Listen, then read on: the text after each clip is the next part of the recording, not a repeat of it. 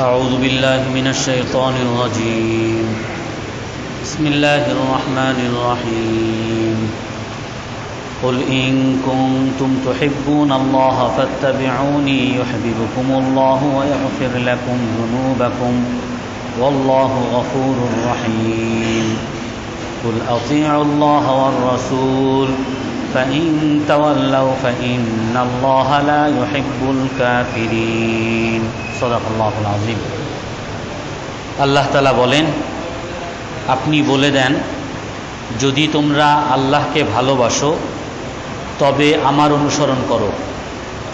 আল্লাহ তাআলা তোমাদেরকে ভালোবাসবেন এবং তোমাদের গুনাহসমূহকে ক্ষমা করে দিবেন, আর আল্লাহ তাআলা ক্ষমাশীল, দয়ালু।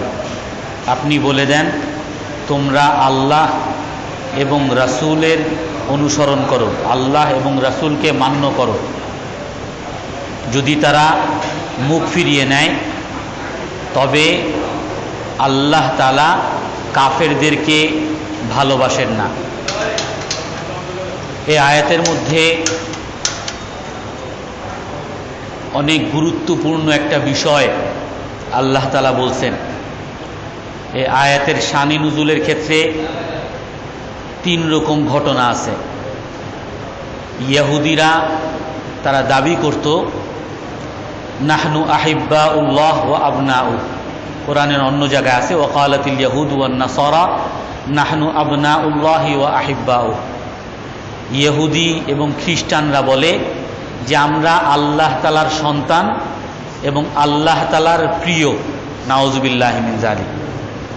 তো তারা আল্লাহ তাআলার প্রিয় দাবি করত। তো তাদের প্রতি উত্তরে আল্লাহ তাআলা আয়াত নাজিল করছেন যে তোমরা আল্লাহ তাআলার প্রিয় যদি হতে চাও, তোমরা যদি আল্লাহকে ভালোবাসো তবে আমার অনুসরণ করো, আল্লাহ তাআলা তোমাদেরকে ভালোবাসবেন। তো আল্লাহর প্রিয় হওয়ার মাধ্যম হলো রসুলের অনুসরণ করা। রসুলের অনুসরণ ছাড়া আল্লাহ তাআলার প্রিয় হওয়া যাবে না। এই সূরা আলে ইমরান নাজিল হওয়ার ক্ষেত্রে যে শানি নুজুল, নাজরানের যারা খ্রিস্টান বড় বড় পাদ্রী, আমরা আগেই বলেছিলাম 70 জনার এক প্রতিনিধি, তার মধ্যে 3 জন খ্রিস্টানদের বড় ধর্মীয় গুরু, আকিব, আব্দুল মাসিহ, এবং এরকম 3 জন তারা রসুলের কাছে এসে যখন আসছে, রসুল বলেছিলেন যে আসলিমা, তোমরা ইসলাম গ্রহণ করো। তো তখন তারা বলছিল আসলাম না কবলাক, আপনার আগেই আমরা মুসলমান। তো তখন আল্লাহর রসুল বলছিলেন যে তোমরা মিথ্যা বলো। তো তাদের মিথ্যা কেন, এর অনেকগুলো কারণ আমরা আগে বলছি। এটাও একটা, যে তারা বলে যে আমরা আল্লাহকে ভালোবাসি এবং ঈসা আলাইহিস সালামকে ভালোবাসি, আমরা আল্লাহ তাআলার প্রিয়। তো আল্লাহ তাআলা তাদের প্রতি উত্তর আয়াত নাজিল করছে যে যদি তোমরা আল্লাহকে ভালোবাসো তাহলে আমার অনুসরণ করো। হাদিসের মধ্যে রাসূল সাল্লাল্লাহু আলাইহি ওয়াসাল্লাম বলছেন যে যদি মুসা আলাইহিস সালামও জীবিত থাকতেন তারপরও মা ওয়াসাহু ইল্লা ইত্তিবাই, আমার অনুসরণ করা ছাড়া তার কোনো উপায় ছিল না। আমি দুনিয়াতে আসার পরে যদি মুসা আলাইহিস সালামও দুনিয়াতে আসতেন তো আমারই অনুসরণ করতে হতো। তো আল্লাহ তাআলা এটা বলতেছেন, যদি তোমরা আল্লাহকে ভালোবাসো আমার অনুসরণ করো। ওই যুগের মুশরিকরা তারা মূর্তি পূজা করত। তো একবার রাসূল সাল্লাল্লাহু আলাইহি সাল্লাম মসজিদুল হারামে বাইতুল্লাহ দাঁড়িয়ে তাদেরকে বললেন যে তোমরা মূর্তি পূজা করো না, শিরিক করো না, কারণ মুশরিকদেরকে আল্লাহ তাআলা ক্ষমা করবেন না। তো তখন ওই মুশরিকরা, কাফেররা দাঁড়িয়ে আল্লাহর রসুলের সামনে বললেন যে দেখেন, মা না'বুদুহুম ইল্লা লিয়ুকাররিবুনা ইলাল্লাহি যুলফা। কোরআনের মধ্যে এটাও আসছে। তারা বলে যে আমরা এই মূর্তিগুলোর যে পূজা করি, এই মূর্তিগুলোর জন্য পূজা করি না, বরং এই মূর্তিগুলোর মাধ্যমে যাতে আল্লাহ তাআলার নৈকট্য অর্জন করতে পারি। কোরআনের মধ্যে আসছে মা না'বুদুহুম ইল্লা লিয়ুকাররিবুনা ইলাল্লাহি যুলফা, আমরা আল্লাহকে ভালোবাসি আর আল্লাহর ভালোবাসা যাতে পেতে পারি এই জন্য আমরা মূর্তির পূজা করি। তো তখন আল্লাহ তাআলা এই আয়াত নাজিল করছে, যদি তোমরা আল্লাহকে ভালোবাসো মূর্তির মাধ্যমে আল্লাহ তাআলার ভালোবাসা পাবা না। যদি তোমরা আল্লাহকে ভালোবাসো, আল্লাহর ভালোবাসা পেতে চাও, তবে আমার অনুসরণ করো। এই জন্য রাসূল সাল্লাল্লাহু আলাইহি ওয়াসাল্লামের অনুসরণই হলো একমাত্র আল্লাহকে পাওয়ার মাধ্যম, আল্লাহর ভালোবাসা পাওয়ার মাধ্যম, আল্লাহ তাআলার নৈকট্য পাওয়ার মাধ্যম। এক হাদিসের মধ্যে খুব স্পষ্ট আছে, কুল্লু উম্মতি ইয়াদখুলুনাল জান্নাহ ইল্লা মান আবা, আমার সকল উম্মত জান্নাতে প্রবেশ করবে, কিন্তু যারা অস্বীকার করছে। সাহাবায়ে কেরাম জিজ্ঞাসা করছেন, ওমান ইয়াবা ইয়া রাসূলুল্লাহ, অস্বীকারী কারা? তো আল্লাহ রসুল বলতেছেন, মান আতাআনি দাখালাল জান্নাহ, যারা আমার অনুসরণ করবে তারা জান্নাতে প্রবেশ করবে। ওমান আসানি ফাকাদ আবা, আর আমার যারা অবাধ্য হবে, আমার অনুসরণ করবে না, আমাকে মানবে না, আমার অনুসরণ করবে না, তারাই হলো অস্বীকারী, তারা জান্নাতে যাবে না। তো জান্নাতে যাওয়ার মাধ্যম হলো আল্লাহ তাআলার ভালোবাসা পাওয়ার মাধ্যম হলো রাসূল সাল্লাল্লাহু আলাইহি সাল্লামের অনুসরণ করা। রাসূলের অনুসরণ ছাড়া জান্নাতে যাওয়ার কোনো উপায় নেই, রাসূলের অনুসরণ ছাড়া আল্লাহকে পাওয়ার কোনো উপায় নেই। অন্য এক হাদিসের মধ্যে আসছে, বুখারী শরীফের হাদিস, যে একবার আল্লাহর রাসূল শুয়েছিলেন, দুইজন ফেরেশতা আসছে। তো একজন বলতেছে, ইন্না হাযা নাইমুন, এ তো ঘুমন্ত।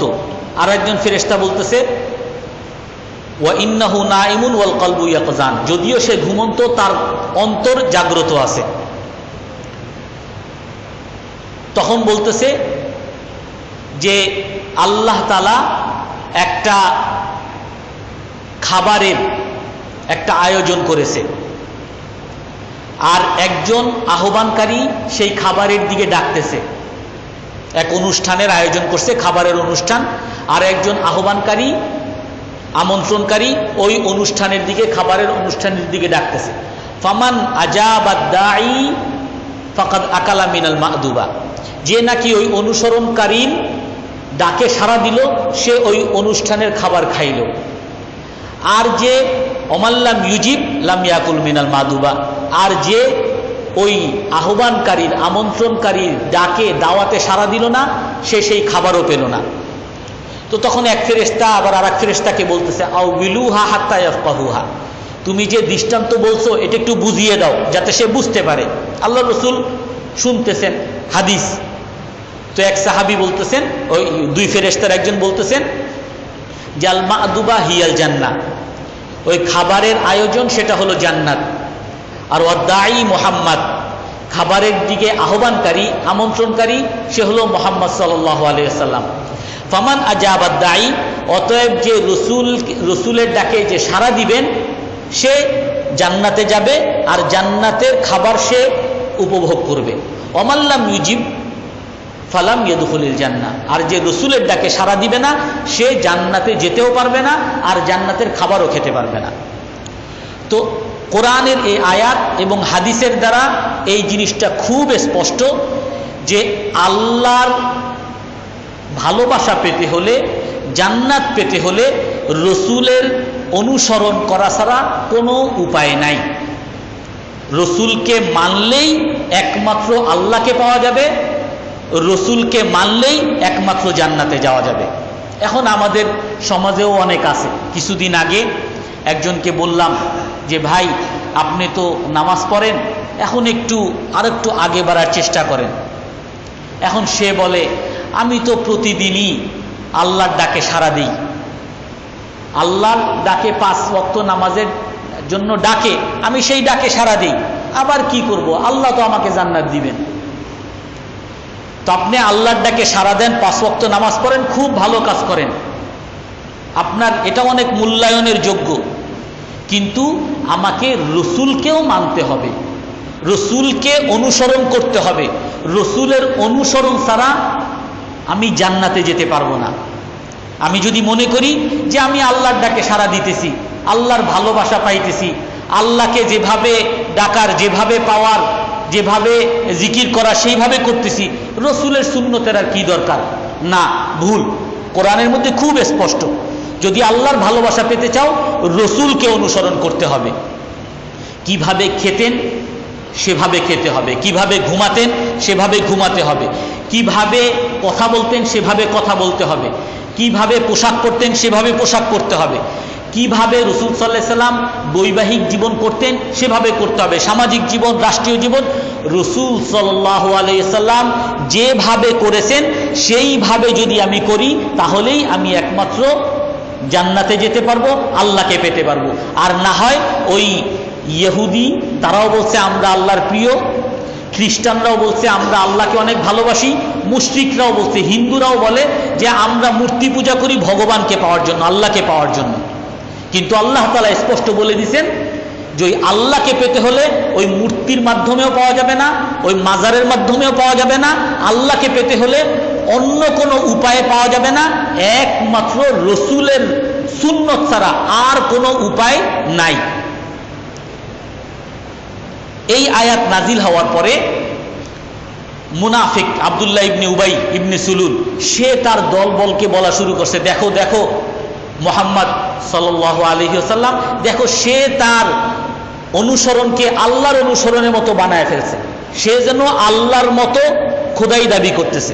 নাউজুবিল্লাহি মিন যালিক, বলে আল্লাহকে পাইতে হলে আমার অনুসরণ করো। এখন ওই মুনাফিক আব্দুল্লাহ উবাই তার সঙ্গীদেরকে বলা শুরু করছে যে দেখো দেখো মুহাম্মদ সাল্লাল্লাহু আলাইহি সাল্লাম সে তার অনুসরণকে আল্লাহর অনুসরণের মতো বানায় ফেলছে। যেমন আমরা অনেক সময় যদি জাকাতের বা সদকার বা হাদিয়ার বয়ান করলে হুজুরের নিজের জন্য মনে হয় বয়ান করে, যদি এই ধরনের কোনই হয় হুজুরের নিজের স্বার্থের জন্য মনে হয় করে। তো ওই মুনাফিকরাও এরকম বলা শুরু করছে। আল্লাহ তাআলা ওই মুনাফিকদের উত্তর দিতেছেন, কুল আতিউল্লাহ ওয়ার রাসূল, আপনি বলে দেন তোমরা আল্লাহ এবং রসুলকে মান্য করো, অনুসরণ করো, কোনো পার্থক্য করেন নাই।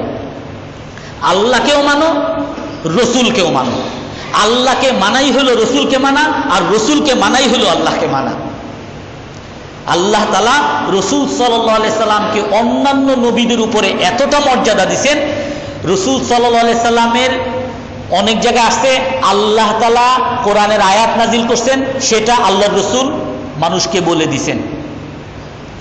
অনেক জায়গায় আল্লাহ তাআলা রসুলের কাছে ওহী পাঠাইছেন, সেটা মানুষকে বলে দিছেন, সরাসরি আল্লাহর আদেশ বলে দিছেন, অথবা আল্লাহর ওহী রসুলের ভাষায় বলছেন।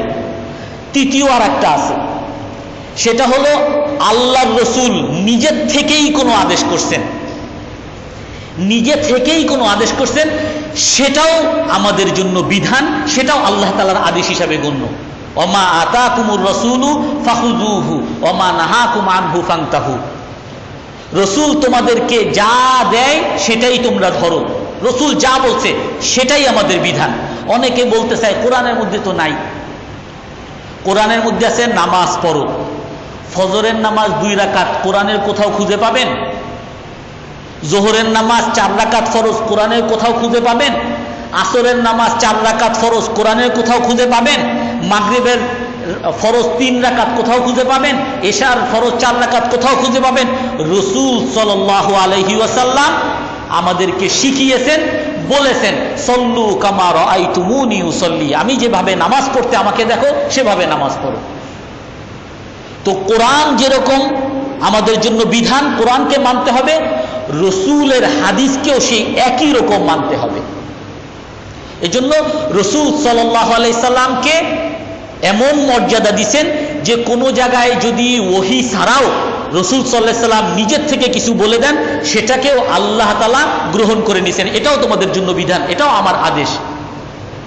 এই জন্য কোরআনের আরেক জায়গায় আছে, ইয়া আইয়ুহাল্লাযীনা আমানু আতিউল্লাহ ওয়া আতিউর রাসূলা ওয়া উলিল আমরি মিনকুম, যে হে মুমিনগণ তোমরা আল্লাহকে মানো, আল্লাহর রসুলকে মানো, এবং তোমাদের মধ্যে যারা কর্তৃপক্ষ তাদেরকে মানো, শাসক প্রশাসক বা কর্তৃপক্ষ দায়িত্বশীল তাকে মানো। এখানে শাসককে মানাও, এটাও আল্লাহ তাআলার আদেশ, কর্তৃপক্ষকে মানা সেটাও আল্লাহ তাআলার আদেশ, আমার শাসককে মানা সেটাও আল্লাহ তাআলার আদেশ। কিন্তু এখানে পার্থক্য আছে। ইয়া আইয়ুহাল্লাযীনা আমানু আতিউল্লাহ, আল্লাহকে মানো, ওয়া আতিউর রাসূল, আতিউ মানে অর্থ হলো মানো, আল্লাহকে মানো, ও আতিউর রসুল, এবং রসুলকে মানো। দোনো জায়গায় মানো শব্দ আছে। ওয়া উলিল আমরি মিনকুম, তোমাদের কর্তৃপক্ষকে মানো। এখানে আর আলাদা করে ওয়া আতিউ শব্দ নাই, কর্তৃপক্ষকেও মানো। বরং আগে যে মানো বলছে ওই মানের সাথে কর্তৃপক্ষকেও মানো। তার অর্থ হলো আল্লাহকে আলাদাভাবে মানো, রসুলকে আলাদাভাবে মানো, কর্তৃপক্ষকে আল্লাহ এবং রসুলের আলোকে মানো। আল্লাহ এবং রসুলের আদেশ মতো যদি কর্তৃপক্ষ আদেশ করেন তাহলে তাকে মানবা, আর যদি সে আল্লাহ এবং আল্লাহর রসুলের বিরুদ্ধে কোনো আদেশ করে তাকে মানতে পারবা না। লা তাআতা লি মাখলুকিন ফি মাসিয়াতিল খালিক, কোনো মাখলুককে মানা যাবে না আল্লাহ তাআলার অমান্য করে। রাসূল সাল্লাল্লাহু আলাইহি সাল্লাম হাদিসের মধ্যে বলছেন যে নাকি আমার আমিরকে মানবে, আমার নিযুক্ত করা আমিরকে মানবে, সেই জন্য আমাকে মানলো, এই জন্য আমার আমিরকে মানবা। রসুল কিছু সাহাবা দিয়ে আনসারি এক সাহাবিকে আমির বানিয়ে এক এলাকায় পাঠাইছেন, এক যুদ্ধে পাঠাইছেন। তো সেই আমির সাহেব, সে তো আমির, সবাইকে তাকে মানতে হবে। তো আমির সাহেবও একটু সবাইয়ের উপরে রাগ হয়ে একটা কঠিন নির্দেশ করছেন। কি? একটা আগুন জ্বালাইছেন। আগুন জ্বালানোর পরে এখন তার মামুর যারা, তার অধীনে যারা আছে তাদের সবাইকে আদেশ করছেন এই আগুনে ঝাঁপ দাও। কেউ একটু উল্টাপাল্টা করছে, তাদের শায়েস্তা করার জন্য আগুন জ্বালায় বলছে আগুনের মধ্যে ঝাঁপ দাও। এখন সাহাবাদের মধ্যে দুই রকম হয়ে গেছে, দুই দল হয়ে গেছে। কিছু সাহাবা যে আমির বলছে মানতেই হবে, আগুনে ঝাঁপ দিব, আল্লাহ তাআলা এর মধ্যে জান্নাত দিবে, আমিনকে মানা। আর কিছু সাহাবা যে না, আগুনকে ঝাঁপ দেওয়া এটা তো নিজের জীবনকে ধ্বংস করা, আর নিজের জীবনকে ধ্বংস করা তো হারাম, আল্লাহ তাআলার নিষেধ আছে, আল্লাহ রসুলের নিষেধ আছে, এই ক্ষেত্রে আমিরকে মানতে পারবো না। দুই রকম হয়ে গেছে।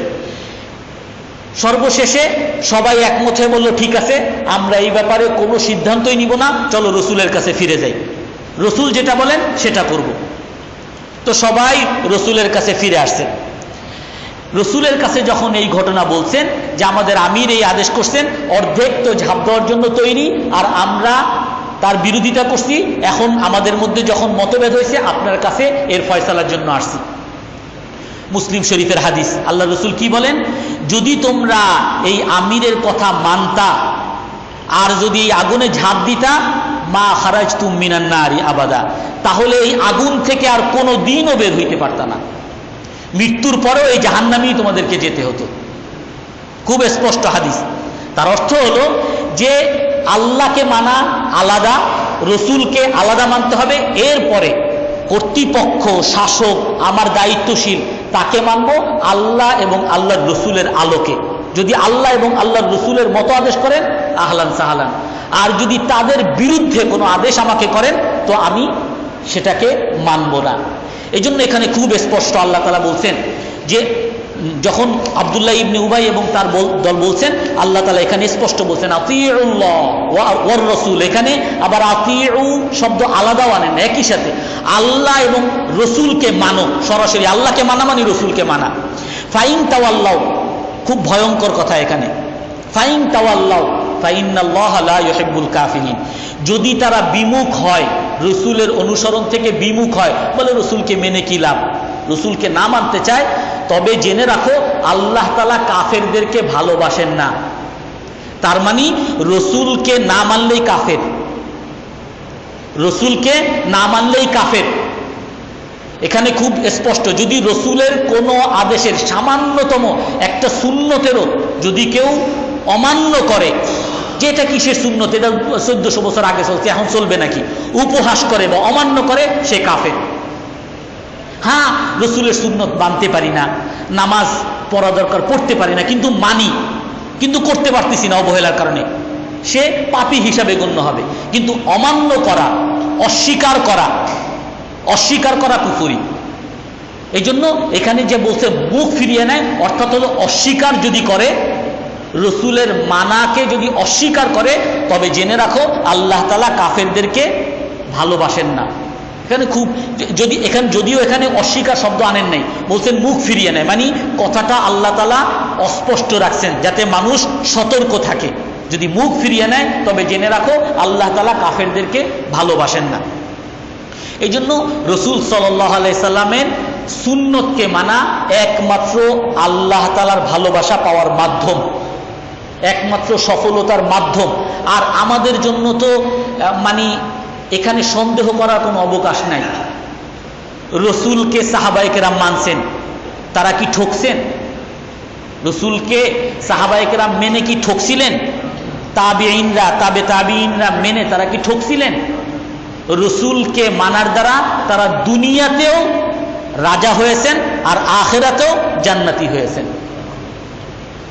আমাদের সামনে তো উজ্জ্বল দৃষ্টান্ত যে রসুলকে মানলে আর চলবে না, ওই সুন্নত হলে 1400 বছর আগের সুন্নত, ওই সুন্নত মানলে এখন আর ব্যাকডেটের পুরান আমলে যাইতে হবে, আরো পিছনে যাইতে হবে না। সাহাবায়ে কেরাম রসুলকে মেনে কি পিছনে গেছেন না সামনে গেছেন? হযরত ওমর রাদিয়াল্লাহু তাআলা আনহু বলেন যে আমি একজন নিঃস্ব, আমি একজন বোকা আহমক লোক ছিলাম, এই ইসলামের কারণে আল্লাহ তাআলা আমাকে সম্মান দান করেছেন। আমি যদি সেই ইসলাম বাদ দিয়ে অন্য কোথাও যদি সম্মান তালাশ করি, আযাল্লানাল্লাহ, আমাদেরকে আল্লাহ তাআলা অপমানিত করবেন।